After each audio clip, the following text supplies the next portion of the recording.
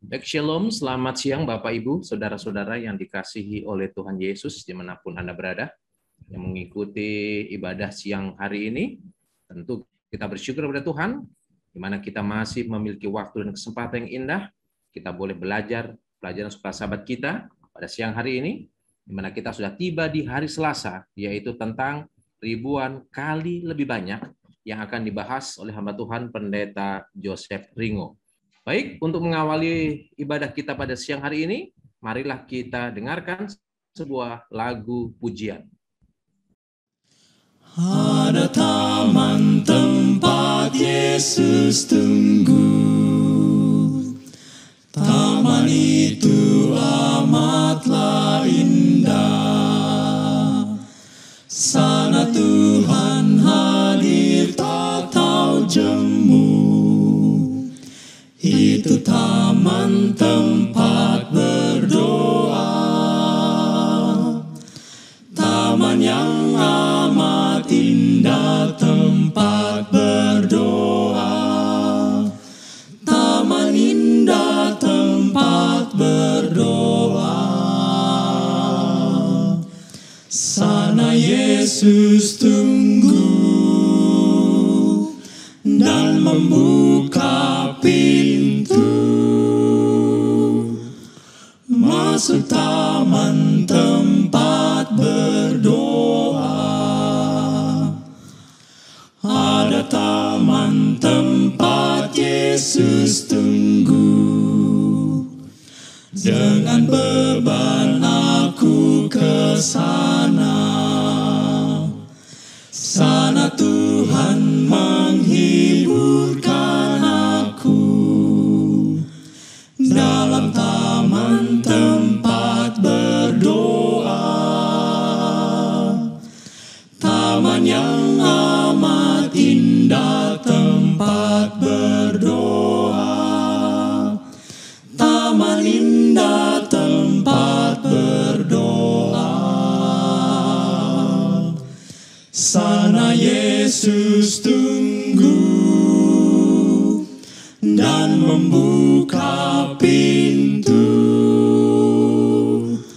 masuk taman tempat berdoa.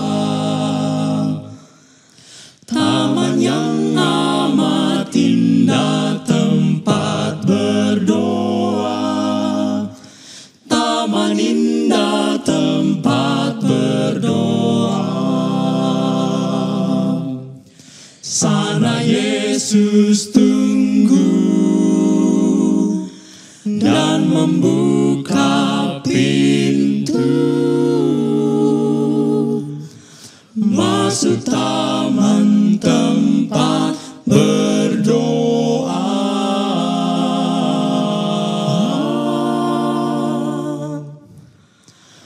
Masuk taman tempat berdoa.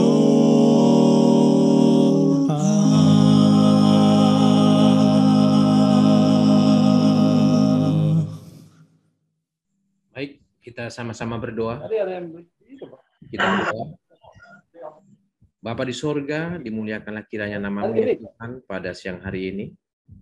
Kami bersyukur dan berterima kasih oleh karena waktu dan kesempatan yang indah yang Tuhan berikan kepada masing-masing kami.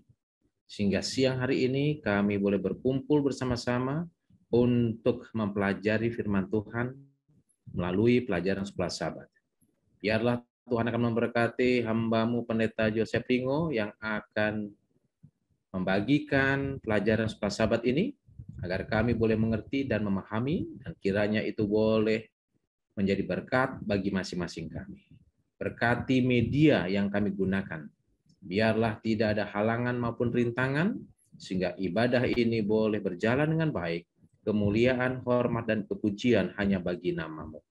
Berkati masing-masing kami yang hadir dan yang akan hadir pada siang hari ini. Terpujilah nama-Mu ya Bapa. Di dalam nama Tuhan Yesus kami persembahkan doa ini. Amin. Baik, saudara-saudara kekasih di dalam Tuhan, pada hari ini, hari Selasa, tanggal 5 Oktober, judul pelajaran sekolah sahabat kita adalah ribuan kali lebih banyak. apa maksud daripada subtema kita, ribuan kali lebih banyak, yang tentunya berkaitan dengan satu organisasi atau satu lembaga yang dipakai oleh Tuhan untuk melayani Tuhan melalui pekabaran Injil. Dan untuk itu kita akan dengarkan terlebih dahulu lagu tema kita, I Will Go, dan selanjutnya nanti Pendeta Joseph Ringo akan memberikan ringkasan dari pelajaran Suka Sabat kita pada siang hari ini.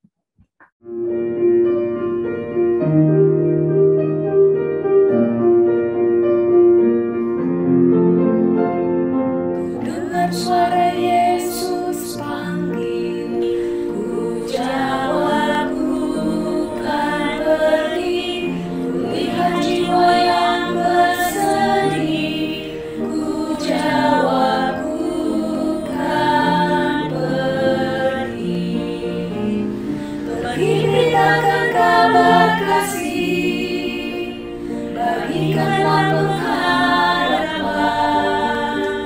dan dialah aku lemah, Yesus menolongku, karena keputusanku tak pergi.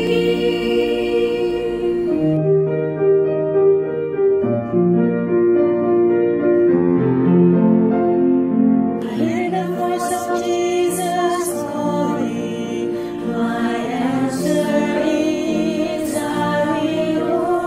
I see the need of me walking, my answer is I will go. I go to share the message of love, I go to share the blessed hope.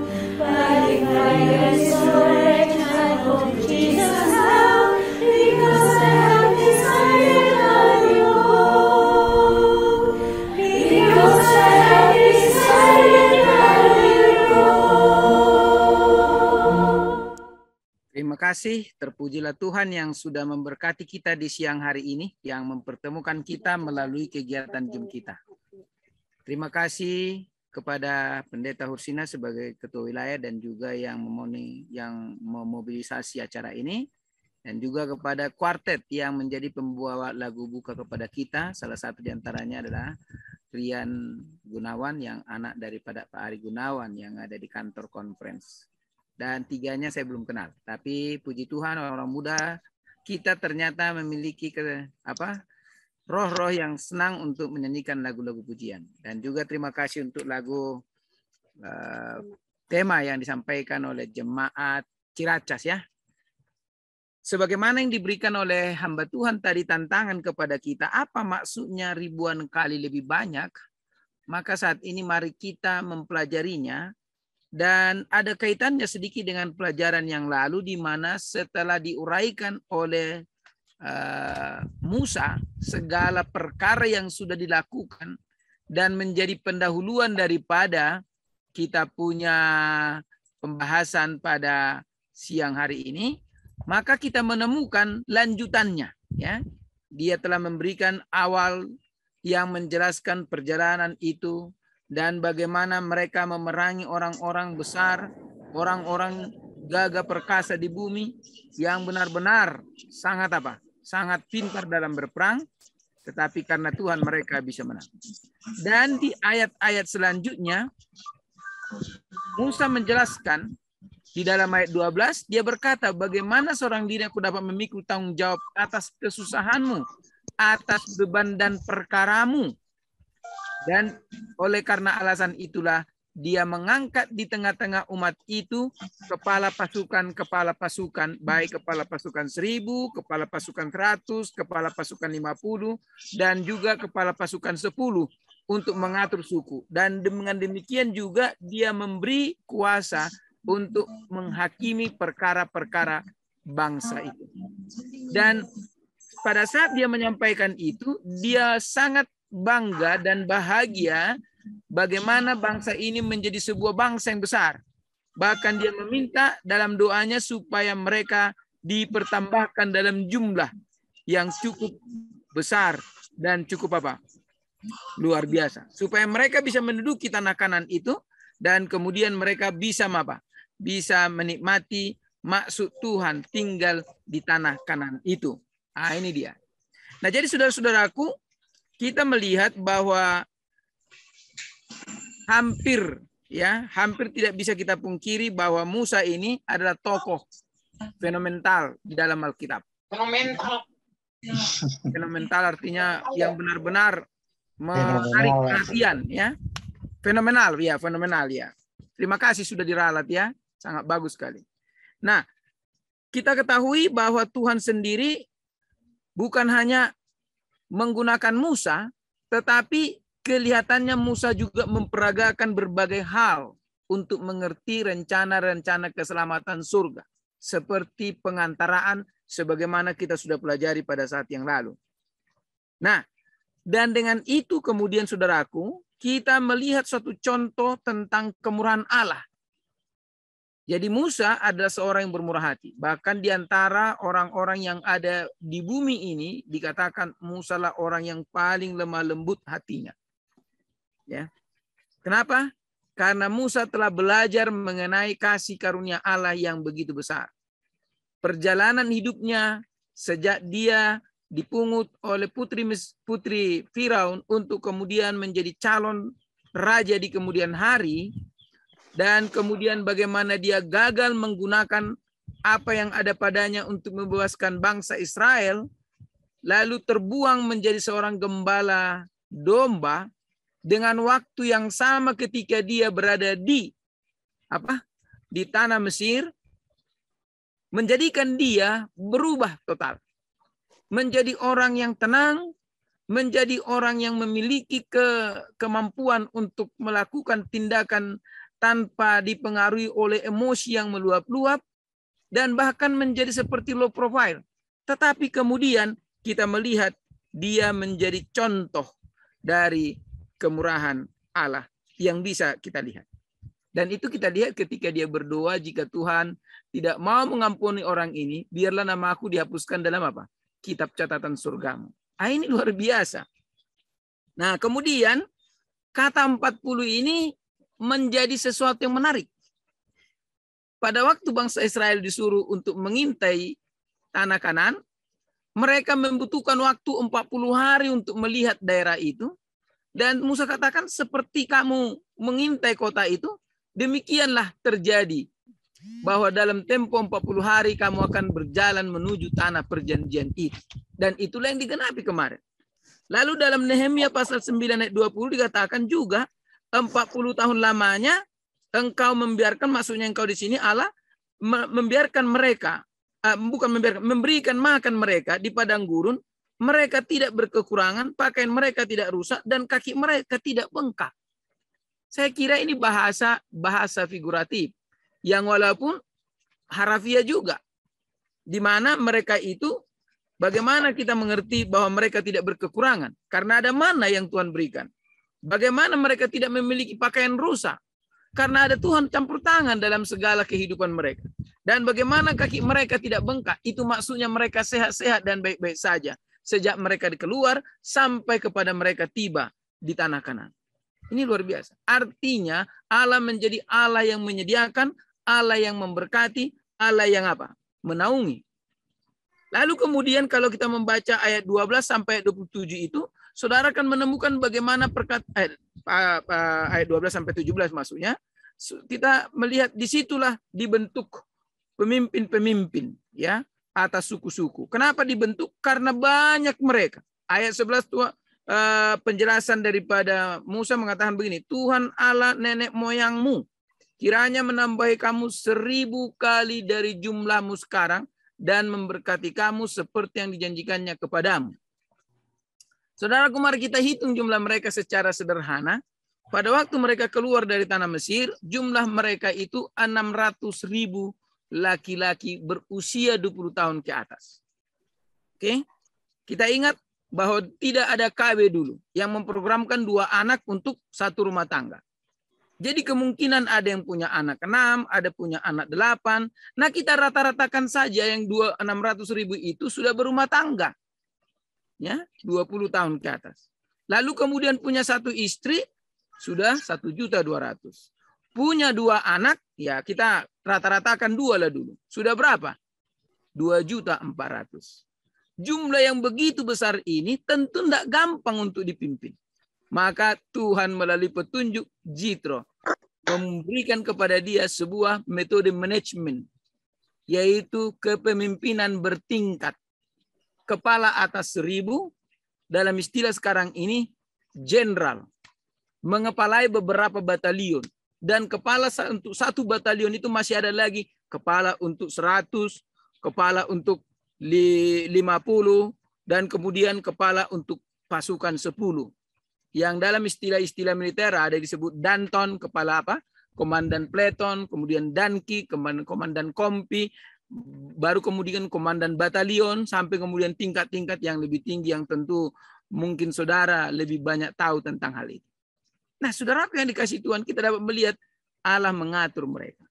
Dan ketika mereka diatur sedemikian rupa dengan jumlah yang banyak itu, kita menemukan bahwa Tuhan bukan menjadikan mereka bangsa seperti bangsa-bangsa lain. Mengapa? Karena mereka lebih diarahkan kepada istilah kahal. Ya, kata kahal adalah suatu perkumpulan. Ya, ini dia.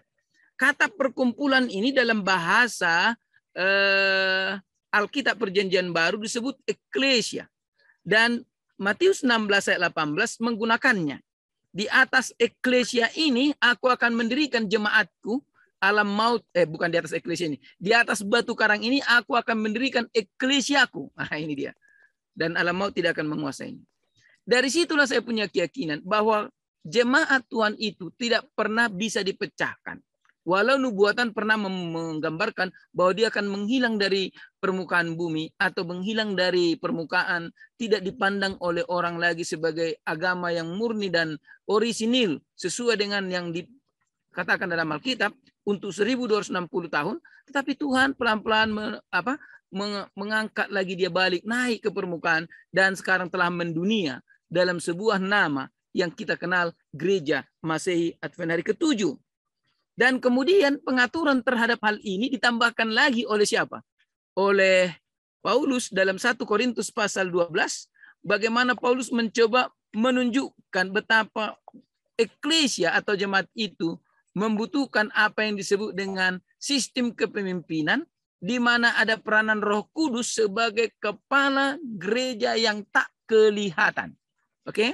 Ada 2 kepala gereja yang kita ketahui. Satu Yesus Kristus, yang adalah kepala gereja yang kelihatan. Dia pernah hadir di dunia ini.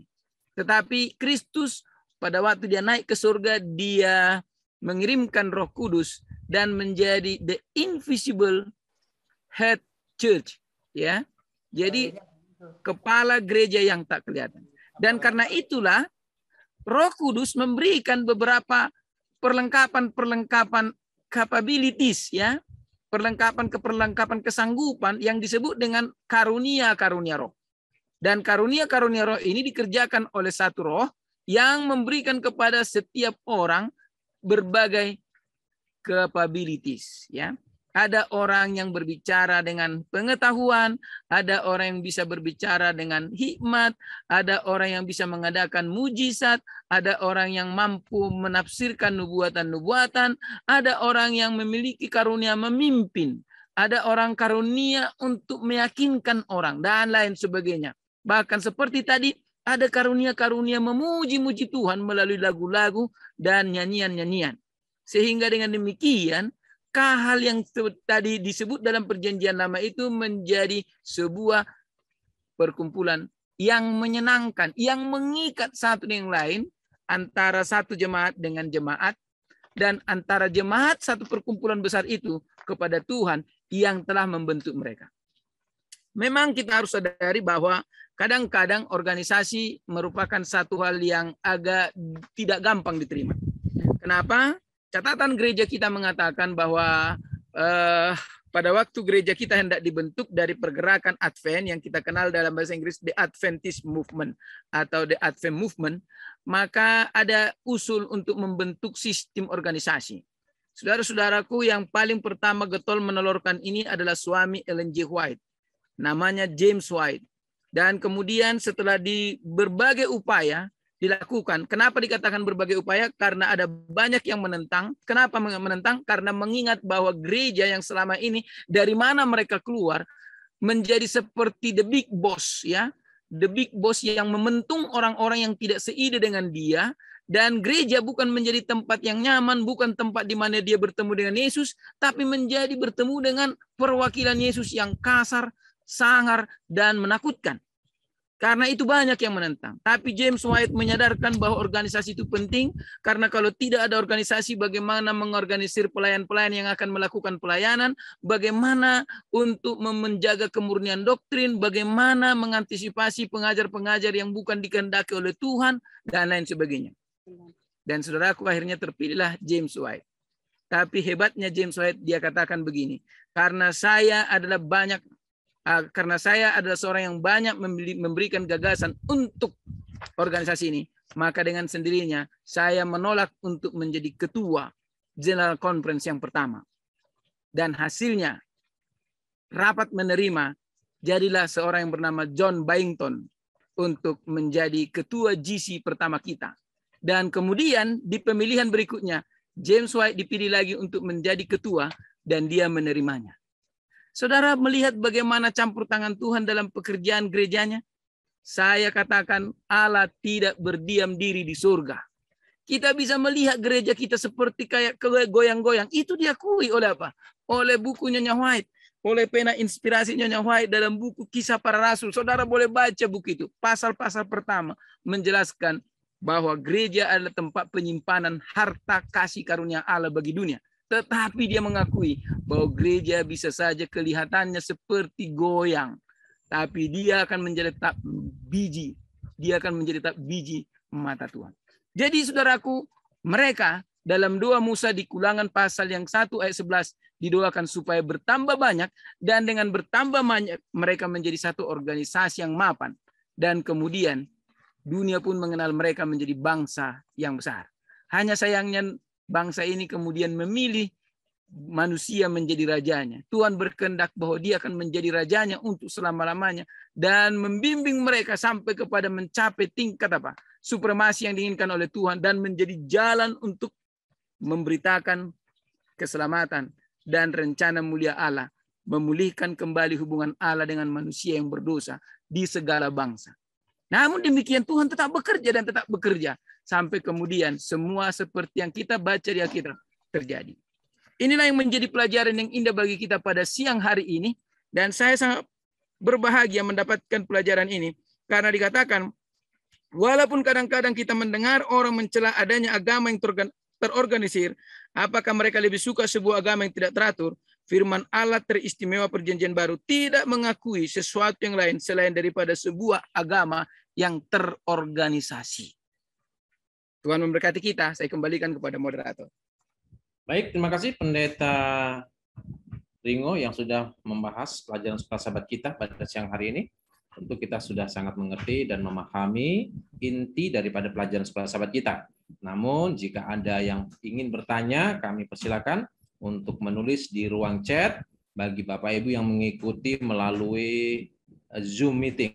Tapi yang mengikuti melalui Facebook boleh menulis di ruang komentar. Nanti Pendeta Ringo akan menjawab pertanyaan-pertanyaan yang sudah masuk. Baik, di sini ada pertanyaan dari Bapak Ganda Silalahi. Terima kasih Pak Ganda yang selalu rajin memberikan pertanyaan-pertanyaan berkaitan dengan pelajaran sekolah sahabat kita. Pertanyaan demikian, pertanyaan dari Bapak Ganda Silalahi. Perkumpulan yang teratur atau kahal berarti perlu manajemen diatur dengan baik dan jujur. Pengertian yang diatur di sini adalah positif. Artinya, pertanyaannya, dalam setiap pemilihan pejabat Tuhan di organisasi kita, baik conference, gereja, sering terjadi ribut dan terkesan terjadi politik blok sana, blok sini. Kenapa harus terjadi di organisasi Tuhan? Begitu juga gereja Tuhan. Bahkan sampai terjadi perang kebencian jika ada terpilih, seperti di gereja lain. seharusnya bagaimana pola terbaik untuk organisasi Tuhan yang adalah teratur dan adil. Silakan Pendeta Ringo untuk menanggapi pertanyaan dari Bapak Ganda Silalahi. Sangat jelas pertanyaannya. Silakan. Terima kasih. Jadi bagaimana mengatur? Nah, ini kalau sudah sampai kepada bagaimana mengatur, ini harus memadukan semua pihak ya. Nah, jadi saudara-saudara, kembali ingat dulu. Yang pertama adalah bahwa gereja milik siapa? Milik Tuhan. Lalu kemudian kepemimpinan dipercayakan kepada siapa? Kepada jemaat. Lalu sistem kepemimpinan telah dibentuk tadi, yaitu pimpinan bertingkat. Kepala 1000 mewakili GC, kepala 500 mewakili divisi, kepala 100 mewakili apa? Uni, kepala 50 mewakili apa? Mewakili mission atau conference di DKI, conference DKI, dan kemudian sampai ke bawah. Nah, ini kan tentu kita sudah memiliki banyak petunjuk bagaimana untuk membuat supaya sesuatu perubahan itu terjadi. Nah, memang perubahan itu harus jemaat itu juga bersatu untuk perubahan, ya kan? Bersatu untuk perubahan dan mau untuk berubah dan tidak membenci ketika ditolak misalnya usulan. Nah, ini saya memang di sini kesulitannya. Makanya saya sangat salut dengan James White karena dia banyak berkontribusi untuk membentuk organisasi dan dia pula yang terpilih menjadi pemimpin. Dia menolak untuk menjadi pemimpin agar jangan sampai ada terkesan dalam dirinya tidak bukan untuk mendapatkan jabatan itu, dia memimpin pergerakan ini. Nah, memang itulah. Nah, sekarang bagaimana caranya? Kita harus duduk bersama.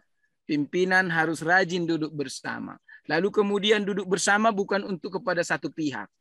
Mari terima pandangan dari pihak ini, mari terima pandangan dari pihak ini. Sebagai seorang pemimpin kita godok, lalu kita lihat bagaimana cara lalu kita lihat tujuannya. Tujuannya apa? Untuk membawa perubahan. Nah, dalam hal ini saya tidak juga memiliki capabilities untuk memberikan jawaban seperti ini. Jadi jawaban saya ini sebenarnya usulan juga. Nah, tentu ada para pemimpin-pemimpin kita yang sudah duduk di meja kepemimpinan, biarlah mereka yang akan menjawab. Saya biarlah hanya menjadi orang yang akan memberi masukan dan mungkin juga memberi berbagai hal yang bisa membuat ini bisa berjalan dengan baik. Karena memang perubahan itu tidak gampang untuk diikuti, Pak Ganda ya. Tidak gampang. Karena kalau sudah ada perubahan, langsung kita, apa ini? Kira-kira begitu. Lalu kemudian perubahan itu bisa saja terjadi, tapi membutuhkan juga waktu. Jadi kalau kita sabar menunggu waktu, ya perubahan bisa akan berjalan dengan baik. Itu dulu mungkin yang bisa berikan, Pak. Terima kasih. Ya, baik. Ada satu ungkapan mengatakan bahwa biarlah jabatan yang mencari kita dan bukan kita yang mencari jabatan. Nah, kalau prinsip ini dipakai, saya yakin dan percaya bahwa organisasi Tuhan ini akan berjalan dengan baik sesuai dengan rencana Tuhan. Ya, oke, situ aja sampai di sini saja. Oke, baik, mungkin ada yang memberikan tambahan atau ingin memberikan tanggapan. Saya lihat ada Pendeta Sam Sumampo, Saudara Sen. Silakan Pendeta. Jauh-jauh dari Kupang ini. Kita kasih waktu untuk yang dari Kupang. Silakan Pendeta. Tapi sebelumnya saya minta maaf Pendeta nggak pakai video supaya sinyalnya agak sedikit bagus. Ya, silakan Pendeta. Saya bukan mau tambahan, saya mau bertanya karena tadi Pendeta Ringo sudah mantap itu. Ada orang yang berwenang untuk menjawab itu. Cuma pertanyaan saya waktu tadi sejarah gereja Advent itu, pemilihan yang dilakukan di sejarah mula-mula itu bentuknya bagaimana ya? Apakah seperti yang kita ketahui sekarang ini atau sepengetahuan saya di Alkitab itu ada yang disebut dengan sistem undi. Sistem undi, baik manusia maupun hewan maupun kayu bakar untuk di Bait Suci pun diundi. Dan Alkitab kalau tidak salah Amsal berapa itu? 17 kok ayat 17 bahwa undian itu mengakhiri pertengkaran. Nah, yang saya mau tanya bukan masalah itu, nanti tetap itu pimpinan punya kuasa. Sistem pemilihan waktu mula-mula itu apa ya? Terima kasih Pendeta.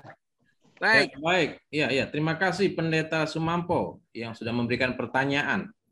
Ya, kebetulan di sini tidak ada yang hadir pada waktu itu, tapi mungkin Pendeta Ringo ingin memberikan sedikit tanggapan ya. Silakan. Yang benar, apa yang dikatakan oleh Pendeta James Sursina harus kita akui. Memang kita tidak ada yang hadir pada saat itu. Jadi hanya prinsip pemilihan itu ada di Alkitab. Misalnya mereka mengusung nama. Jadi ketika Petrus menetapkan para diakon. Jadi jemaat itu yang disuruh memilih. Lalu berarti dengan kata lain diadakan dulu apa? Diadakan dulu apa yang disebut dengan mengkaji nama. Kan gitu kan. Lalu dari mana kita tahu itu? Dari kata-kata pilihlah yang begini, begini, begini. Salah satunya adalah janganlah orang yang suka mengejar suap. Orang yang memiliki nama baik. Orang yang memiliki kerohanian yang baik. Orang yang didapati seorang yang setia dalam segala prinsip-prinsip kebenaran firman Tuhan. Yang punya kerendahan hati, yang punya juga karunia-karunia roh. Kan begitu. Berarti mereka buat dulu penyaringan nama. Sesudah ada dibuat penyaringan nama, baru kemudian mereka digodok di antara mereka. Kita tidak melihat di dalam perjanjian baru digunakan apa yang disebut undi. Walau saya percaya undi bisa menetralisir.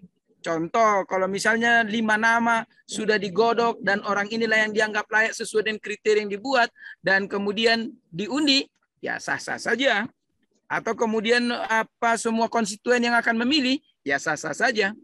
Jadi tergantung kepada perkembangan zaman, tapi roh yang dimaksud adalah terpilih. Ada 2, ada penyerahan, ada benar-benar hati yang tulus, baik dari konstituen, baik dari pemimpin-pemimpin yang memimpin acara itu, tidak ada makna-makna terselubung, sehingga jemaat tidak mencoba menamai tempat itu penuh dengan atau suasananya penuh dengan politik dan intrik. Ini yang perlu kita jaga. Karena kalau tingkat seperti konferensi DKI, karena sudah banyak pasti memiliki cara pemilihan yang mungkin lebih baik dan mapan. Namun demikian karena ada Pendeta Sony Kapitan di sini sebagai pemimpin kita yang duduk di conference, ya barangkali kita minta juga pendapat beliau melalui moderator Pendeta Hursina. Baik, terima kasih Pendeta Ringo ya sudah memberikan dasar-dasar Alkitabiah bagaimana cara untuk memilih pemimpin. Ya, secara dasar di dalam Alkitab memang ada ya arahan yang diberikan oleh Tuhan, petunjuk-petunjuk. Kalau itu diikuti dengan baik, saya yakin dan percaya bahwa sistem pemilihan kita pun sebenarnya juga mengarah ke sana. Baik, silakan Pendeta Kapitan jika ingin memberikan tanggapan atau respon berkaitan dengan ini. Silakan Pendeta Kapitan. Baik, terima kasih hamba Tuhan Pendeta Hursina dan terima kasih Pendeta Jeringo.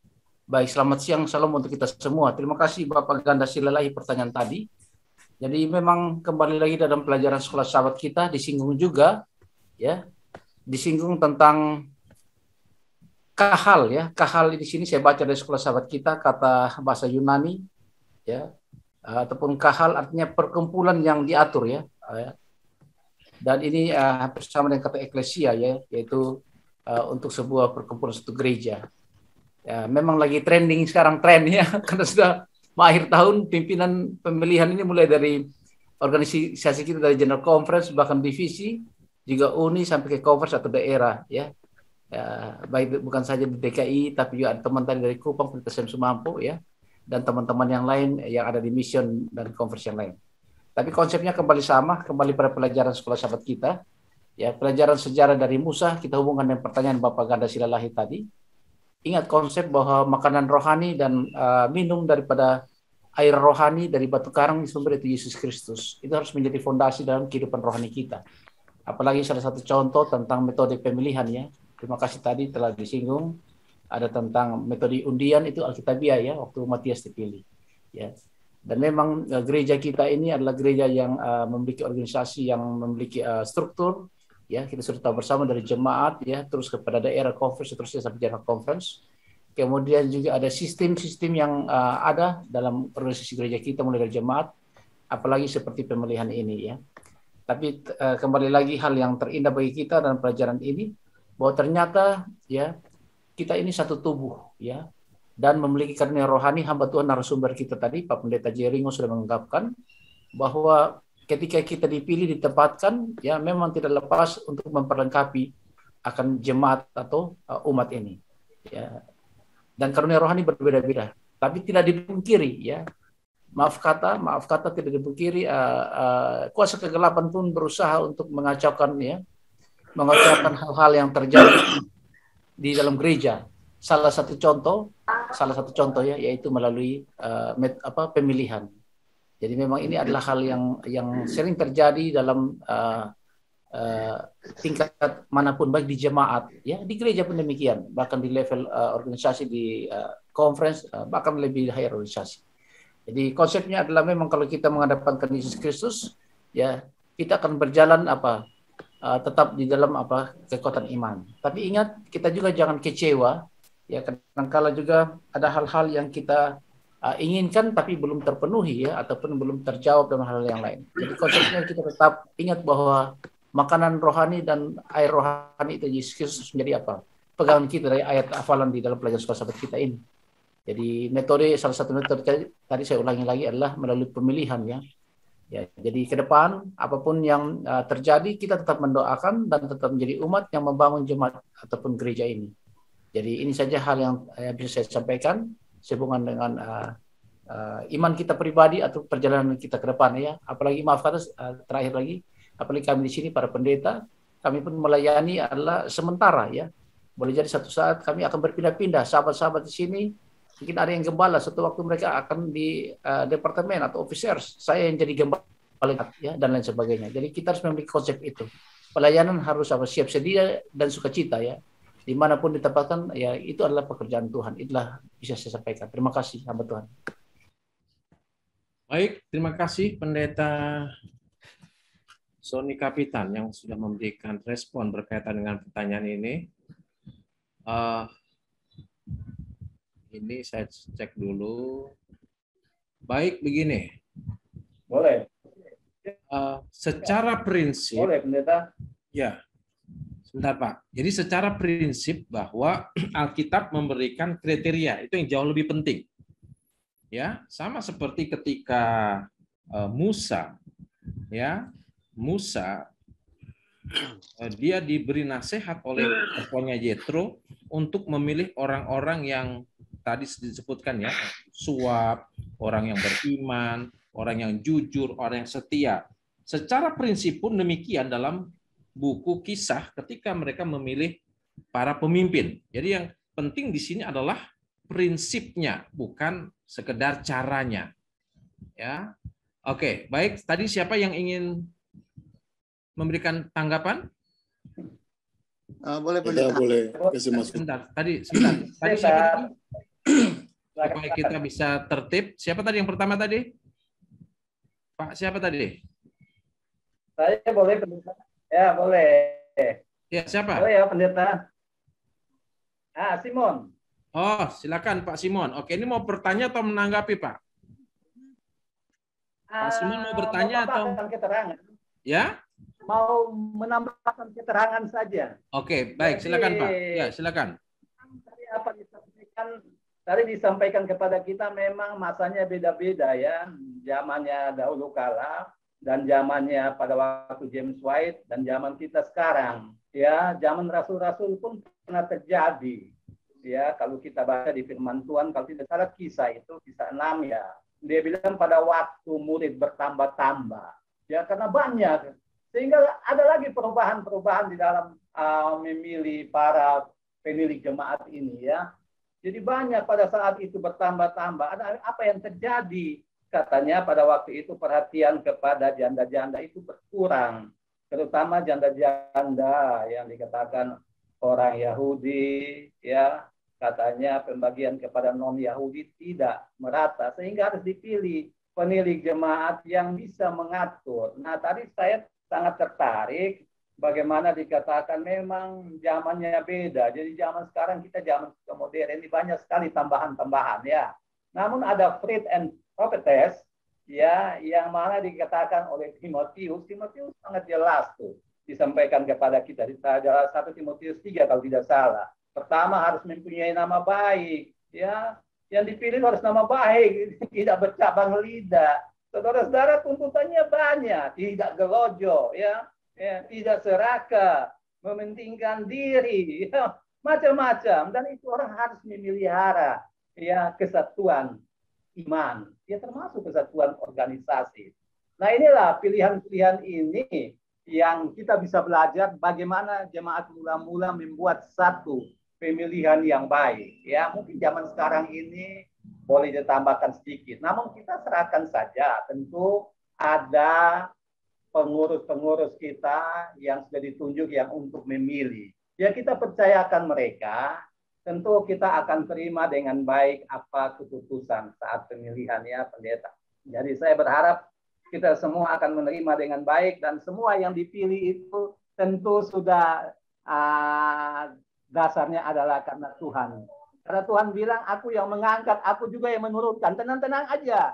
Ya, kita semua ya. Siapapun yang naik. Tuhan bilang, kalau saya turunkan, saya turunkan. Kalau saya naikin, saya naikin. Namun saatnya Tuhan yang turunkan. Jangan kita yang menurunkan. Mungkin itu saja pendeta dari saya tambahkan. Terima kasih. Baik. Ya, terima kasih Pak Simon. Selanjut ini ada pendeta Fran dulu ya, Pak Ritonga. Silakan pendeta Fran. Terima kasih. Kesempatan saya nggak buka video karena signal di sini lagi parah ini. Saudara-saudara, di dalam apa ya? Di dalam kitab Lukas, Injil Lukas pasal 9, kalau tidak salah itu menceritakan tentang murid-murid saja ini sudah bertengkar siapa yang paling besar. Jadi memang perlu ada pengaturan yang jelas tentang siapa yang memimpin, siapa yang mengambil bagian di dalam. Seperti yang dikatakan oleh Pak Simon ya, saya sangat setuju. Kenapa kriteria yang kita gunakan di dalam pemilihan konferensi tidak mengacu kepada pemilihan penilik di dalam jemaat. Seyogianya itu sama seperti yang dikatakan pendeta James Sursina, kan prinsipnya seperti itu. Ada kriteria, ya, nama baik dan lain-lain sebagainya. Bacalah di 1 Timotius pasal 3 itu sangat jelas. Nah, saudara-saudara yang kasih dalam Tuhan, mengacu dari apa yang kita bahas saat ini, saya nggak tahu ya kenapa kita membicarakan satu hal yang lebih tertuju selalu kepada pimpinan konferensi atau uni atau dan lain-lain sebagainya. Sementara ini juga berbicara kepada lapisan pimpinan, baik dalam gereja, secara lokal ataupun di organisasi. Tapi nggak apa-apa lah kita bahas masalah ini. Saya punya pemahaman yang saya sudah pernah curhat sama Pak Pendeta Sony Kapitan. Waktu kita ngobrol di kantor, beliau bilang begini, ya siapa tahu Pendeta Frans yang nggak lama lagi kamu jadi salah satu departemen di konferensi ini. Masih ingat Pak Pendeta Sony? Beliau sampaikan itu kepada saya. Tapi itu dalam percakapan persahabatan, bukan politis. Ya, saya mengatakan begini, biarlah kita kalau naik itu Tuhan yang pilih, bukan kita dipilih orang atau kita berkonco-konco dengan orang. Karena pada waktu kita dipilih oleh Tuhan, kita akan bekerja dengan baik. Bukan begitu Pak Simon? Kita akan bekerja dengan baik dan kita tidak mempunyai hutang atau janji-janji yang harus kita genapi atau penuhi kepada orang-orang yang mengangkat kita. Karena Tuhan yang pilih. Dan pada waktu Tuhan yang pilih, ketika kita diturunkan, saya sangat yakin bahwa kita tidak akan pernah sakit hati turun sebagai pelayan gembala jemaat atau sebagai penatua, dia turun tidak menjadi lagi penatua jemaat. Tidak akan sakit hati kalau Tuhan yang angkat. Tetapi yang menjadi permasalahan ini kalau kita konco-koncoan berpolitik, off the record, ya minta maaf saudara-saudara. Ketika dipilih oleh orang-orang yang sudah mengaturnya dan pada waktu kita mau turun, akan susah bagi kita untuk turun. Kenapa? Karena bukan Tuhan yang memilih secara alkitabiah lah. Karena kita yang mencoba untuk mengangkat diri sendiri untuk jadi. Sehingga pada waktu itu kita berpikir, aduh kalau saya turun sudah di uni juga, Aduh, jadi gembala jemaat, betapa perih, biasa dihormati, biasa dihargai dan lain sebagainya. Kenapa? Karena bukan Tuhan yang pilih, tetapi karena Tuhan, kalau yang Tuhan yang pilih, tidak akan pernah sakit hati. Kiranya ini menjadi bagian kita semua. Terima kasih. Baik, terima kasih. Ya. Pak Ritonga mungkin yang terakhir ya. Pak Ritonga ini mau pertanyaan atau tambahan, Pak? Tambahan mungkin pendeta. Oke, silakan Pak Ritonga. Kebetulan mohon maaf 5 tahun yang lalu saya ikut dalam pemilihan di conference itu ya, putusan jemaat. Jadi memang mulai dari GC sampai dengan ke jemaat, kita ini sebenarnya kan semuanya pelayan Tuhan, pelayan Raja Alam Semesta. Jadi apapun jabatannya, kita adalah pelayan Raja Alam Semesta. Nah mungkin ada nomenklatur, istilah yang ada di uni atau di conference, direktur begitu ya. Kalau zaman dulu kan dibilang direktur itu udah pemilik perusahaan. Sehingga mohon maaf mungkin ada orang yang bermental, wah saya kan pemilik, owner. Padahal sebenarnya kita adalah pelayan Raja Alam Semesta. Ya ini mungkin mohon maaf bukan apa ya. Jadi memang pernah kita bicarakan tuh di antara kita sesama orang awam. Jadi we are not the owner, but we are the servant, ya, pelayan Tuhan. Itu. Jadi mungkin di jemaat juga kalau tadinya dia yang namanya pelayan Tuhan itu kan mulai dari ketua jemaat sampai dengan kostor. Kostor itu kan juga pelayan Tuhan. Jadi apapun jabatannya itu tidak perlu kita persoalkan. Bukan berarti apa namanya ya, nanti itu adalah kiamat. Saya ingat dulu waktu saya dari kepala sekolah di Pemda DKI, artinya kita tidak kepala sekolah lagi misalnya, jadi kembali ada yang jadi guru, ada yang naik juga, itu bukan berarti satu kiamat, itu hanya apa, mutasi atau perpindahan tugas ya. Jadi itu barangkali secara nomenklatur direktur bukanlah direktur perusahaan atau pemilik, tetapi hanyalah bagian dari pelayanan di organisasi mulai dari GC sampai dengan jemaat. Itu barangkali dari saya pendeta. Mohon maaf ya. Ya, baik, terima kasih Pak Ritonga ya. Jadi kita memilih pelayan ya, bukan memilih pejabat. Baik, Pendeta Ringo boleh memberikan closing statement sebelum kita lanjut di doa persatuan pada siang hari ini. Silakan Pendeta. Baik, terima kasih untuk seluruh anak-anak Tuhan, baik yang di Facebook maupun yang di Zoom ini atau di mana saja dapat menyaksikan. Saya mau sampaikan satu hal. Gereja adalah milik Tuhan. Dia tahu menempatkan siapa, dan siapapun yang ditempatkan, Allah punya kontrol dengan gerejanya. Dan gereja bertumbuh juga oleh Tuhan. Karena itu, mari kita mengikuti apa yang dianjurkan Tuhan melalui kitab sucinya. Tuhan memberkati kita. Amin. Ya, baik. Terima kasih Pendeta Ringo yang sudah memberikan konklusi garis besar pelajaran suka sahabat kita pada siang hari ini. Selanjutnya kita akan dengarkan lagu pujian sebagai lagu penutup, dan nanti Pendeta Ringo akan menutup kebaktian kita pada siang hari ini melalui doa tutup.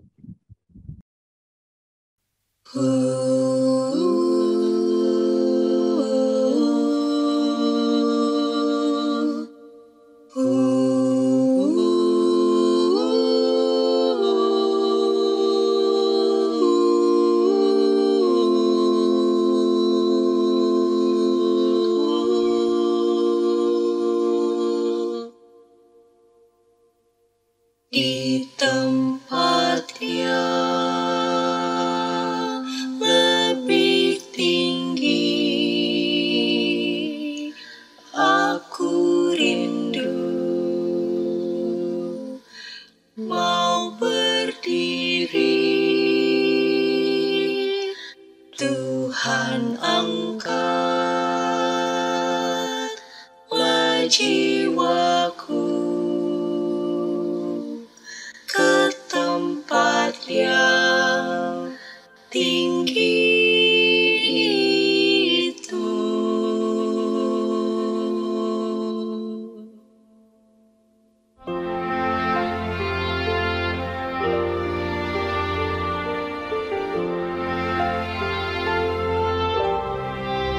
When orang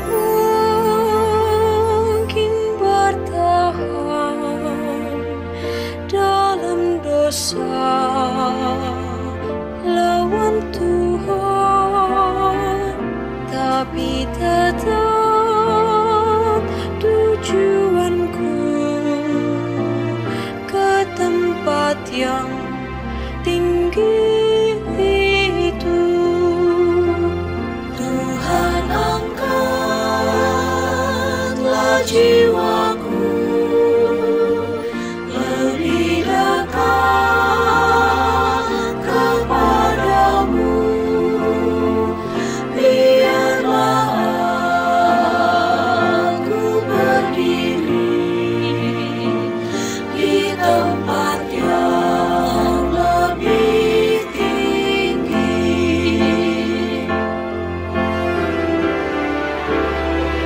Aku mendaki gunungnya dan lihat cahaya mulia. Ya Tuhan, pimpinlah aku ke tempat yang tinggi itu. Tuhan, angkatlah jiwaku lebih dekat kepadamu. Biarlah aku berdiri di tempat yang lebih tinggi. Tuhan, angkatlah jiwaku lebih dekat kepadamu. Biarlah aku berdiri di tempat yang lebih tinggi. Biarlah aku berdiri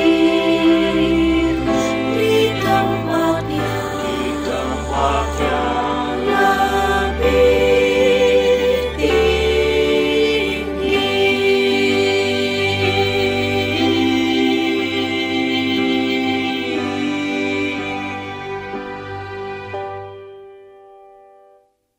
Mari kita tundukkan kepala, kita berdoa. Tuhan kami, Bapa yang penuh kasih yang bersemayam dalam surga, dipuji, dimuliakan, dikuduskanlah Engkau ya Tuhan, Bapa yang penuh kasih, yang menyertai seluruh kehidupan kami dan memenuhi segala kebutuhan kami. Terpujilah Engkau Tuhan karena sudah memberkati waktu ini bagi kami untuk boleh berkumpul bersama dengan anak-anak-Mu dari berbagai tempat, mendengarkan suara Tuhan dan menyampaikan doa-doa permohonan kami. Dan terima kasih karena kami percaya Tuhan adalah Allah yang hidup, yang selalu mendengarkan doa dan memberikan sesuai dengan kehendak-Mu. Bapa, bila mana kami bertemu pisah dalam acara ini, berkat Tuhan kiranya menyertai kami dan mempertemukan kami lagi besok dalam acara yang sama untuk kemudian menikmati pekabaran-pekabaran yang indah yang akan membentuk kehidupan kami, membangun karakter kami, dan menjadikan kami anak-anak Tuhan yang menjadi pewaris dalam kerajaan-Mu. Terima kasih Tuhan, berkati seluruh permohonan doa-doa kami khususnya bagi mereka yang sakit. Sembuhkan dan kuatkan mereka Tuhan. Hati dan pikiran mereka Engkau berkati agar selalu mereka berpikir bahwa Tuhan turut merasakan sakit dan derita mereka. Dan Tuhan berusaha untuk menyembuhkan melalui berbagai cara yang akan ditunjukkannya. Terpujilah Engkau Tuhan, terima kasih karena sudah memberkati kami siang ini. Terimalah doa kami ini di dalam nama Yesus kami berdoa. Amin. Selamat bertemu kembali dengan kami di Jemaat Fisdak New Jersey. Bagi saudara-saudari sekalian yang saya kasih dalam Yesus Kristus yang telah bergabung bersama dengan kami, kita akan kembali memulaikan acara ibadah kita pada saat ini. Malam waktu New Jersey, pagi waktu Indonesia, sore waktu California, dan mungkin di waktu-waktu lainnya. Kami bersyukur Anda telah berbakti bersama-sama dengan kami, dan kiranya kekuatan surga dapat terus menjadi bagian kita sekalian. Baik, seperti biasa saudara, kita akan mempelajari pelajaran sekolah sahabat kita, dan pada saat ini kita akan membahas satu judul, yaitu nubuatan yang digenapi. Ya, nubuatan yang digenapi atau fulfilled prophecy. Baik, Kita langsung saja pada apa yang ditulis oleh penulis pelajaran sekolah sahabat kita. Katakan bahwa meskipun para ilmuwan modern saat ini ya mencoba untuk menyebarluaskan beberapa kesalahan sebagai kebenaran. Contohnya bahwa alam semesta ini ada dengan sendirinya dari sesuatu yang sama sekali tidak ada, atau bahwa semua kehidupan di bumi ini muncul secara kebetulan dari bahan kimia yang sederhana. Itu yang seringkali kita dengar ya. Namun di sisi lain ilmu pengetahuan itu sendiri telah memberikan kepada kita beberapa wawasan yang menakjubkan tentang kuasa mencipta daripada Allah kita. Adanya keharmonisan, keseimbangan, ketepatan dari banyak aspek di alam dunia ini, bahkan dalam kondisi yang sudah jatuh dalam dosa sekalipun, dapat terus-menerus memberikan kekaguman kepada mereka yang mempelajari tentang alam. Kita tidak bisa tidak mengatakan ada pencipta, ada yang telah a designer in nature, ya, yang telah mendesain alam semesta. Ada otak di balik segala sesuatu yang ajaib yang masih dapat kita lihat pada saat ini. Ya, jadi dan jika Allah bisa sangat tepat dengan hal-hal yang bersifat fisik yang kita bisa lihat di luar, Dia juga tentunya bisa dengan sangat tepat menyatakan hal-hal yang bersifat rohani. Oleh karena itu dalam ayat-ayat pembukaan dari kitab Ulangan, kita dapat melihat lebih banyak ketepatan Tuhan yang luar biasa. Bacalah Ulangan 1 ayat 1 sampai 6. Apakah arti nubuatan dari sebuah fakta bahwa Ulangan 1 ayat 3 itu berbicara tentang tahun ke-40? Apa yang telah Allah nyatakan 40 tahun sebelumnya dan apa yang kemudian terjadi setelah 40 tahun kemudian. Ya. Ulangan 1 ayat 1 sampai 6 katakan, inilah perkataan-perkataan yang diucapkan Musa kepada seluruh orang Israel di seberang sungai Yordan, di padang gurun di Araba Yordan, di tentangan Suf antara Paran dengan Tofel, Laban, Hazerot, dan di Zahab. 11 hari perjalanan jauhnya dari Horeb sampai ke Kades Barnea melalui jalan pegunungan Seir. Pada tanggal 1 bulan 11 tahun ke-40, berbicaralah Musa kepada orang Israel sesuai dengan segala yang diperintahkan Tuhan kepadanya demi mereka. Setelah ia memukul kalah Sihon, raja orang Amori yang diam di Hesbon, dan Og, raja negeri Basan yang diam di Astarot dekat Edrei. Nah, sepertinya kalau kita lihat ya ada begitu, wah ini kenapa ini nama-nama ini apa signifikansinya? Nanti di bagian tambahan saudara kita akan lihat ini sangat signifikan untuk menunjukkan tentang kesatuan buku Ulangan. Ya ada nama-nama tersebut seakan-akan ya untuk kita nggak ada artinya ya. Tapi nanti kita akan lihat apa artinya ya nama-nama ini ya. Raja orang Amori yang diam di Hesbon dan Og, raja negeri Basan yang diam di Astarot dekat Edrei. Seperti ayat 4 itu seperti ayat berapa ya? Seperti ayatnya yang kedua ya. Ayat yang kedua juga kita dapat lihat ya. Ayat 5, di seberang sungai Yordan, di tanah Moab, mulailah Musa menguraikan hukum Taurat ini, yaitu kitab Ulangan yang kemudian kita tahu dengan kitab Ulangan. Katanya, Tuhan Allah kita telah berfirman kepada kita di Horeb, demikian, telah cukup lama kamu tinggal di gunung ini. Ya, jadi sudah saatnya bagi mereka untuk masuk sekarang ke tanah perjanjian ya. Jadi setelah kegagalan itu, yaitu ketika Musa 40 tahun yang lalu ya, mengirim mata-mata dari Kades Barnea untuk memeriksakan tanah Kanaan, dan orang-orang menolak panggilan untuk merebut tanah itu. Apa yang kemudian terjadi? Apa yang kemudian terjadi? Kepada mereka dikatakan bahwa mereka tidak akan masuk ke tanah perjanjian seperti yang mereka harapkan. Dan beberapa lama mereka harus menunggu sebelum masuk. Ya, Bilangan 14 ayat 34 katakan, sesuai dengan jumlah hari yang kamu mengintai negeri itu, yakni 40 hari. Satu hari dihitung sebagai 1 tahun. Jadi 40 tahun lamanya kamu harus menanggung akibat kesalahanmu. Supaya kamu tahu rasanya jika aku berbalik daripadamu, jika aku murtatanmu, Allah tidak lagi melihat mereka dengan kata lain ya. Dengan demikian, kitab Ulangan menyebutkan tahun ke-40 dengan tepat.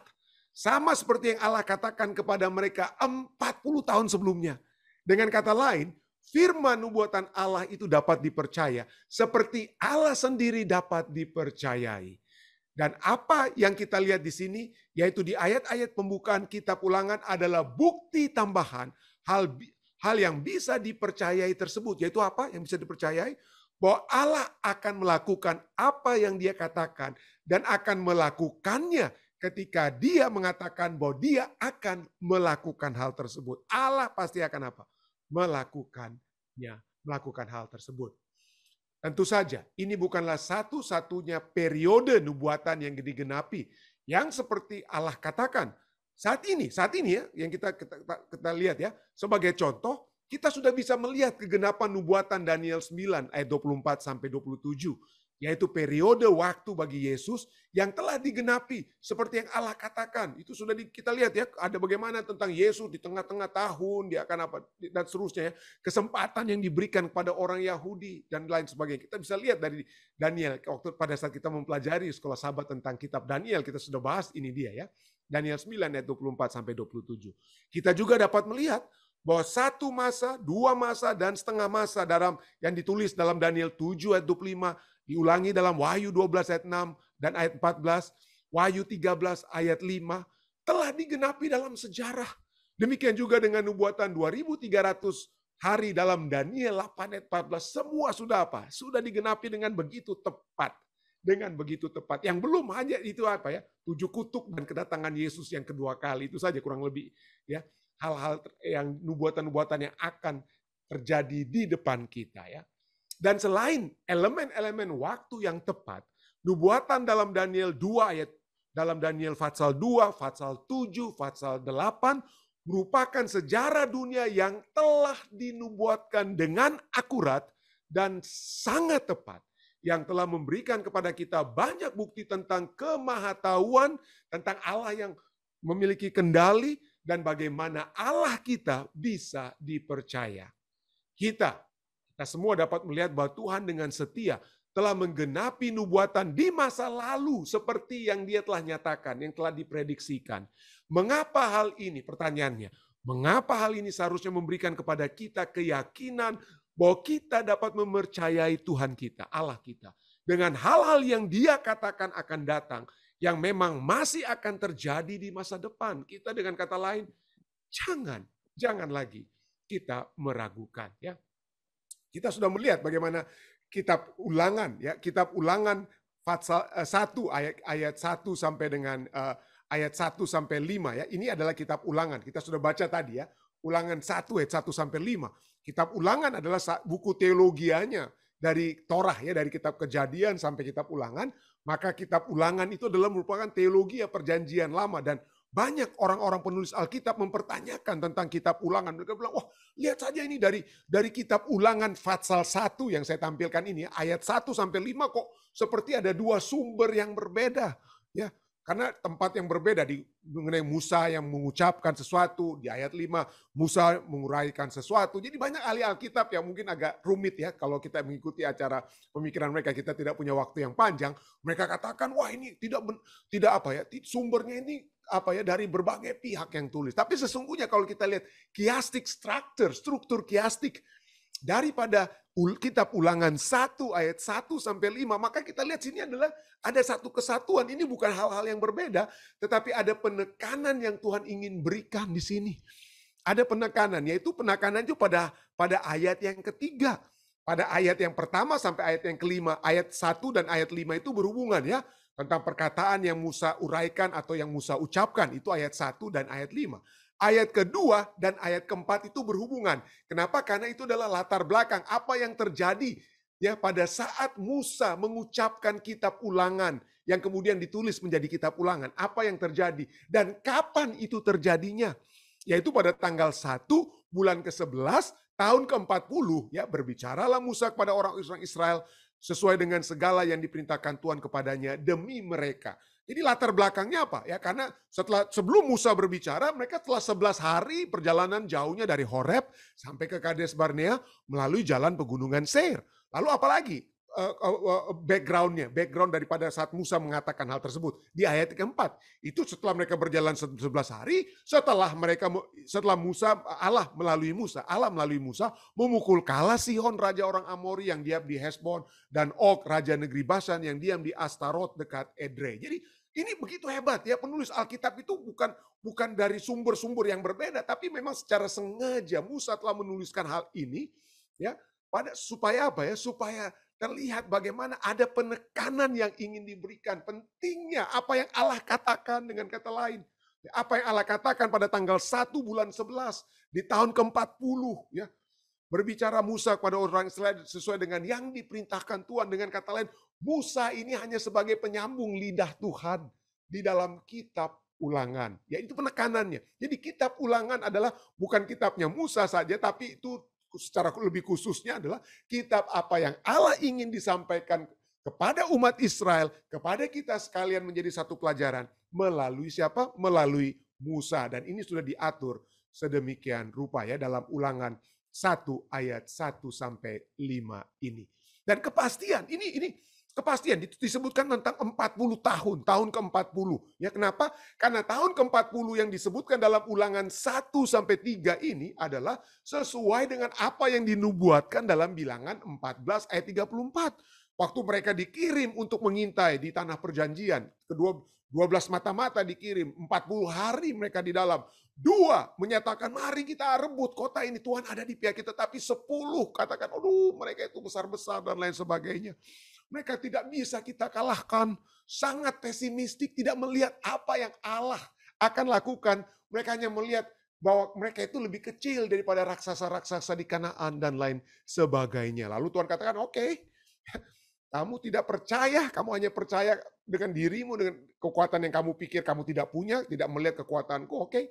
Tapi sesuai dengan jumlah hari yang kamu mengintai negeri ini, yaitu 40 hari, 1 hari dihitung 1 tahun, jadi 40 tahun lamanya kamu harus menanggung akibat kesalahanmu.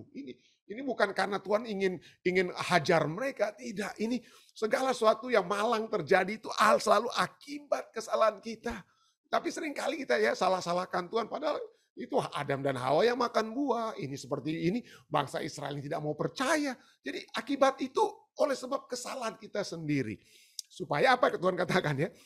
40 tahun lamanya kamu harus menanggung akibat kesalahanmu. Supaya kamu tahu rasanya jika aku berbalik, aku tidak lagi menengok kamu. Aku tidak mau menolong kamu. Bukan karena Allah tidak mau menolong. Tapi kita yang apa? Tidak percaya kepada Dia. Kita yang tidak percaya. Jadi supaya tahu rasanya. Nah, bukan hanya baik saat mereka murtad 40 tahun sebelumnya, tetapi juga saat mereka setia. Pada saat mereka berbalik kepada Tuhan, pada saat mereka setia, Allah yang berperang bagi mereka. Dikatakan dalam Ulangan 1 sampai 4 ya, 40 tahun yang lalu. Tapi setelah apa? Musa memukul kalah melalui kekuatan surga tentunya, memukul kalah Sihon, raja orang Amori, diam di Hesbon dan lain sebagainya. Ini dengan kata lain, kalau kita berbalik kepada Tuhan, melihat wajah Tuhan, yang dapat kita miliki hanyalah kemenangan yang Tuhan berikan. Jadi sebelum mereka masuk ke tanah perjanjian, Tuhan sudah kasih rasa sedikit, rasa menang. Pada saat kalian masuk tanah perjanjian, kalian pasti menang. Kenapa? Karena sebelum masuk sekalipun, aku telah membuat kalian memukul kalah Sihon, raja orang Amori yang di Hesbon, dan juga Og. Jadi Allah selalu memberikan perasa, apa yang harus dapat kita rasa. Seperti ibu-ibu yang sebelum memberikan masakannya untuk dimakan semua orang, dia rasa lebih dahulu, oh sudah enak ini. Jadi Allah selalu memberikan sesuatu terlebih dahulu. Sebelum kita merasakannya. Telah diberikan apa? Sedikit lebih dahulu dengan kata lain. Jadi dengan kata lain, Alkitab itu berisi terang yang telah terlebih dahulu diberikan sebelum yang besar itu jadi kemudian ya. Nah, sudah sering dengar ayat ini, mari kita terus hafal, mari kita terus ingat ya. Amos 3 ayat 7, sungguh Allah, Tuhan Allah tidak berbuat sesuatu tanpa menyatakan keputusannya kepada hamba-hambanya para nabi. Ini bukan hanya dikatakan di perjanjian lama, di perjanjian baru sendiri. Yesus tidak tiba-tiba mati di kayu salib, lalu bangkit di hari ketiga. Tidak. Dia sudah katakan kepada murid-muridnya, hei, aku akan mati, tapi pada hari ketiga aku akan bangkit. Tetapi inilah kita, seperti murid-murid Yesus zaman dahulu, kita juga kadang-kadang tidak percaya. Yesus sudah katakan apa yang akan terjadi menjelang kedatangannya. Tapi seringkali kita merasa, nggak mungkin ini terjadi, nggak mungkin ini akan terjadi. Tidak, Tuhan sudah telah memberikan terang tersebut ya. Dan juga kepada murid-muridnya dia katakan dalam Yohanes 13 ayat 19, Aku mengatakan kepadamu tentang apa yang akan terjadi. Tentang dia yang akan mati dan kemudian bangkit hari ketiga ya. Aku mengatakan kepadamu sekarang juga sebelum hal itu terjadi, supaya jika hal itu terjadi kamu percaya bahwa akulah apa? Akulah dia. Dan bukan itu saja ya. Coba kita lihat dalam filsafat orang-orang Yahudi. Ini sering saya khotbahkan. Anggota di Fisdak sudah mungkin hafal konsep masa depan. Pada saat orang Ibrani, bukan hanya anggota di Fisdak ya, mantan-mantan murid di Universitas Klabat ataupun di Ethiopia seperti Saudara Denny di Unclub ya, sudah ingat sekali nih konsep ahar ya. Konsep ahar. Apa itu masa depan? Masa depan bagi orang Ibrani adalah after the following part atau behind atau afterward of time. Jadi masa depan itu adalah sesuatu yang apa ya?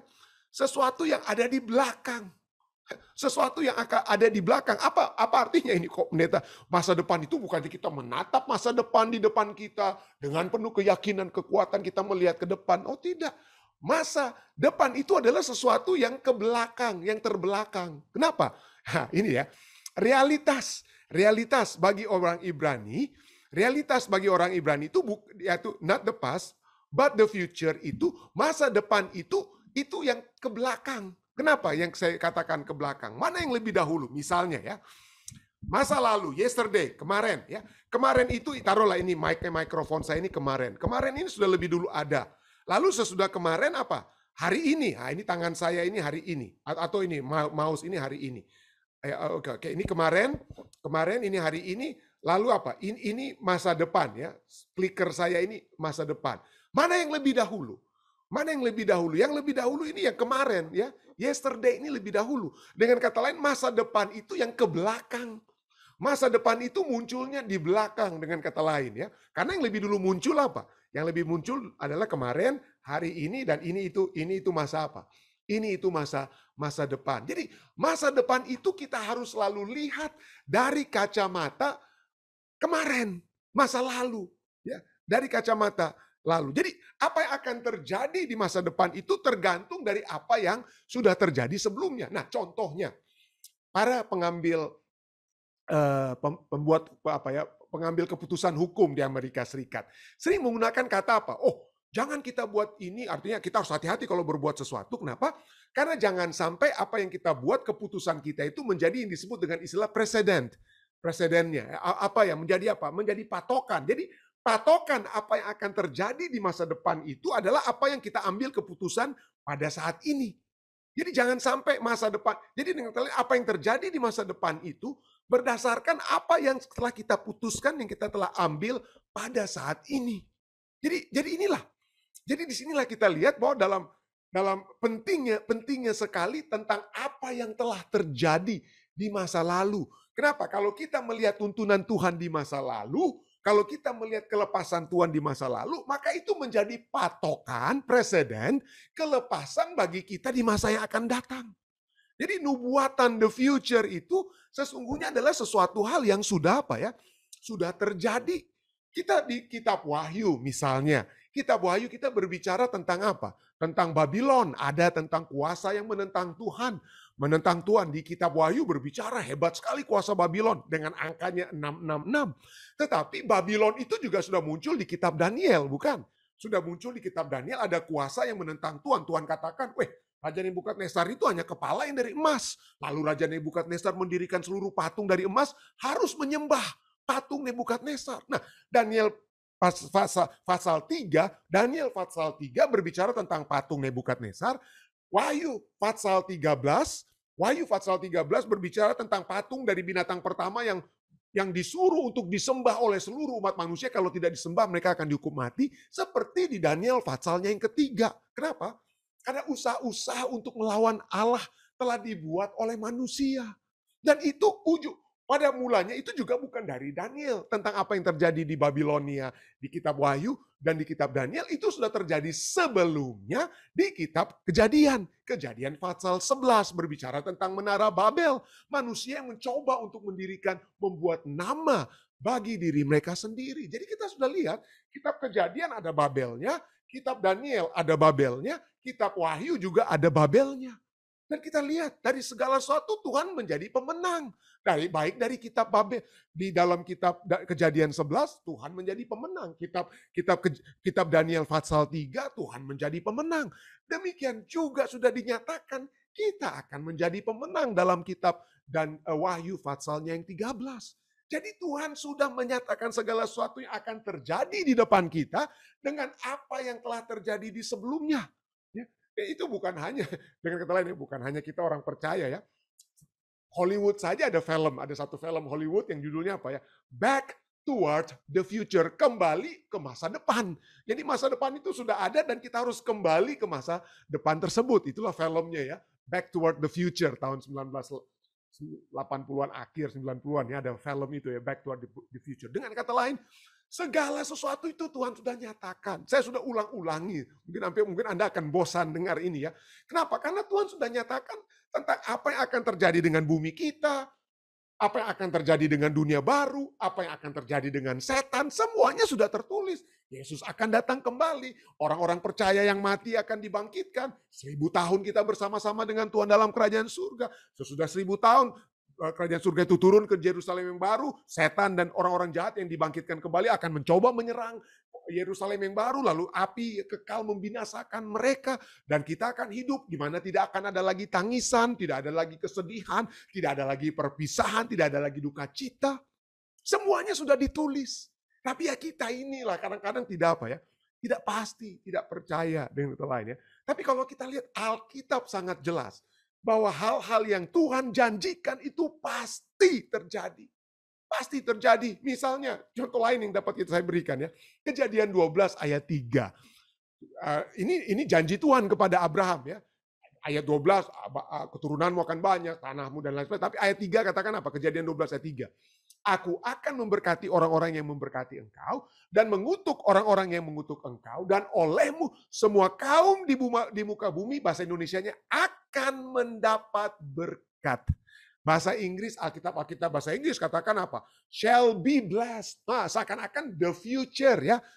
Kata shall atau will be blessed, seakan-akan the future. Tetapi kalau kita lihat dalam bahasa Ibraninya itu wanibraku ini dalam bentuknya itu adalah perfect verb.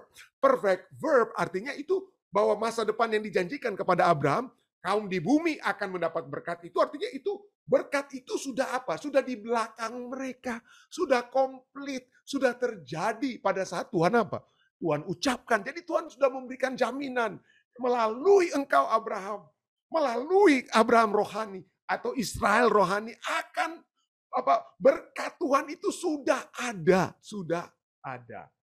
Jadi tidak heran, yang literal translation gantinya menggunakan kata shall be blessed, seperti misalnya New International Version atau New King James Version.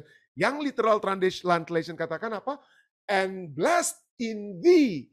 Jadi melalui engkau telah diberkati, have been all families of the ground. Semua kaum di muka bumi melalui engkau telah diberkati. Sudah diberkati.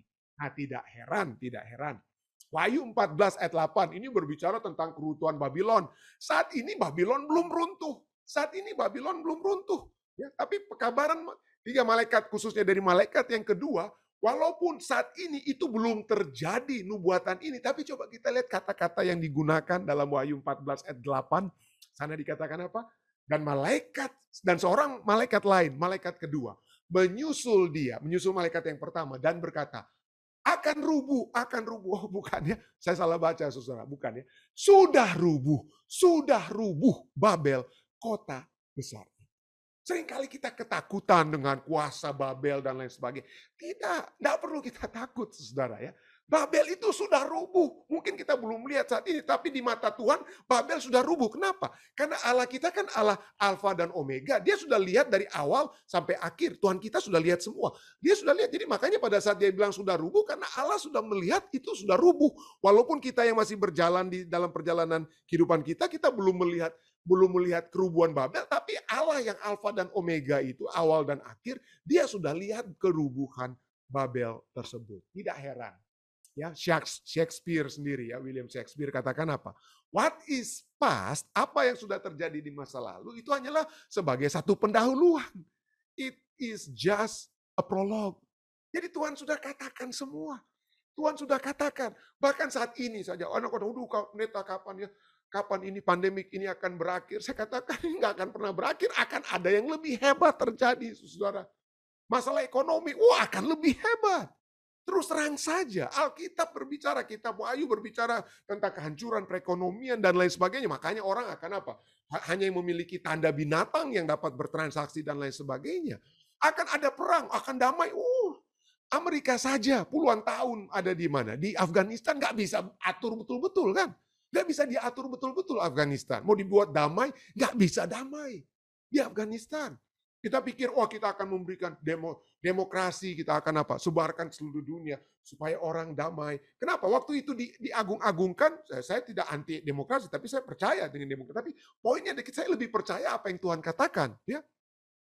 Pada saat kita menyebarkan demokrasi ke seluruh dunia, kita pikir inilah yang terbaik. Tapi coba lihat, demokrasi di Amerika saja kadang-kadang bisa kita lihat seperti mungkin di tempat lain di dunia, seperti mungkin di Indonesia ya. Demokrasi yang kebablasan. Dengan kata lain, memang inilah keadaan dunia. Kenapa? Karena manusia, kita semua, tidak bisa mendapatkan atau mencapai idealisme yang terbaik sekalipun. Entah itu dari sistem yang bagaimana. Kenapa? Karena kita semua itu manusia yang berdosa. Yang manusia mau mencari keuntungan diri sendiri. Dan tidak heran, Alkitab sudah katakan menjelang kedatangan Yesus, akan ada perang, akan ada ini, dan itu masalah sosial. Kenapa? Karena manusia dalam segala sesuatunya itu mau untuk dirinya sendiri, mau menang sendiri. Kalau saja kita mau berkorban satu dengan yang lain, mau tetap mengasihi satu dengan yang lain, mau berbaikan dengan satu dengan lain, dunia ini akan damai. Tapi poinnya manusia tidak bisa berdamai satu dengan lain. Jadi harus ada Allah sumber damai yang harus datang untuk mengakhiri the madness yang kita alami dalam dunia ini. Ya, itulah sebabnya ya sudah dikatakan, Alkitab sudah katakan, berawas-awaslah. Tapi pada saat kita berhati-hati, beware, kita juga jangan takut. Jangan takut, memang semuanya itu harus terjadi. Peperangan, penyakit, kelaparan, gempa bumi. Aduh, sudah dibilang semua, saudara. Semua sudah dibilang. Gempa bumi yang kita alami ini hanya masih kecil-kecilnya. Ya, saya membahas tentang nubuatan akhir zaman ya. Beberapa waktu lalu ada satu seri pelajaran khotbah saya. Ya, membahas segala sesuatu tentang meteor dan lain sebagainya. Dan itu bukan hanya dari apa yang dari seorang agamawan seperti saya yang bicara, tapi saya ambil sumber-sumber yang otoritatif tentang adanya ancaman meteor dan lain sebagainya. Itu sudah dinyatakan oleh Alkitab, saudara. Alkitab sudah nyatakan. Jadi pada saat itu dikatakan jangan kita gelisah. Jangan kita gelisah. Semuanya itu harus terjadi. Ayat 25, Matius 24 ayat 25. Camkanlah, aku sudah mengatakannya terlebih dahulu apa? Kepadamu. Kita sudah diamarkan. Kita jangan pikir kita berada dalam kegelapan, nggak tahu apa-apa. Pendeta, kira-kira kenapa Tuhan nggak kasih tahu ya kepada kita, kok kita akhirnya kok begini nih kita keadaan kita. Hati-hati saudara. Tuhan sudah kasih tahu semua. Kehancuran ekonomi, Tuhan sudah kasih tahu. Makanya Tuhan katakan jangan simpan hartamu di bumi. Anda mau pikir apa? Di Amerika saat ini di Amerika dengan begitu banyak ada ancaman-ancaman inflasi dan lain sebagainya, orang dianjurkan beli apa ya?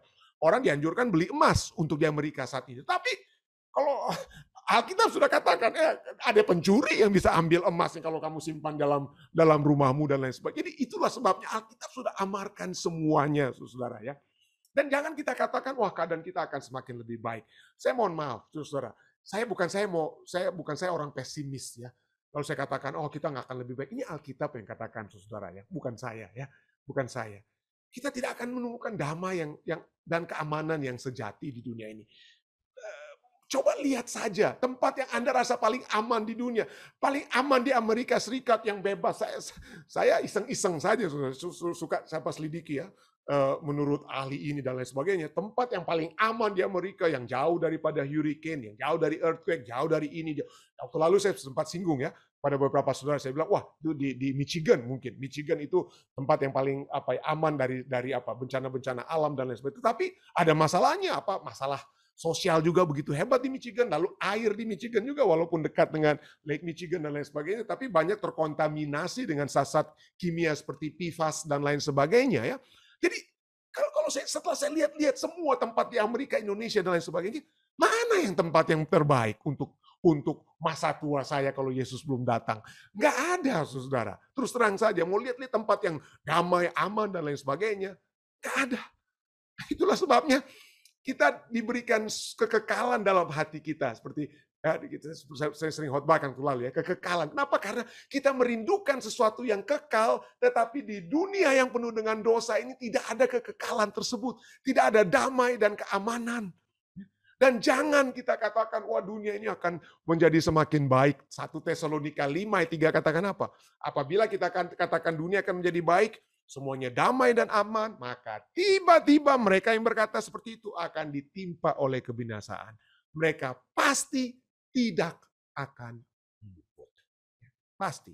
Ayat selanjutnya katakan, 1 Tesalonika 5 ayat 4, ayat selanjutnya ya dari 1 katakan apa?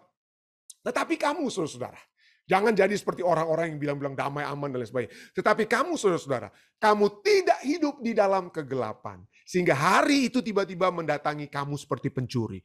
Karena kamu semua adalah anak terang, kita memiliki firman Tuhan. Itulah sebabnya kita masih ada kesempatan beribadah. Mari kita beribadah. Ya, mari kita memiliki terang tersebut. Ya, mari kita memiliki terang tersebut. Ayat 6, sebab itu baiklah jangan kita tidur seperti orang-orang lain, tetapi berjaga-jaga dan sadar. Jangan seperti 5 anak darah yang bodoh, yang tidak memiliki Roh Kudus, yang tidak berjaga-jaga, tidak sadar. Ayat 9. Karena Allah tidak menetapkan kita untuk ditimpa murka, tetapi untuk beroleh keselamatan oleh Yesus Kristus, Tuhan kita. Saya berdoa, kiranya kita yang sudah diamarkan, sudah mengetahui dari firman Tuhan apa yang akan terjadi tentang nubuatan. Bukannya kita menjadi takut, bukannya kita menjadi gelisah, tetapi kita apa? Menantikan dengan iman kedatangan Yesus yang kedua kali. Kiranya ini dapat menjadi bagian kita semua. Saya bawakan ini dalam nama Yesus. Amin.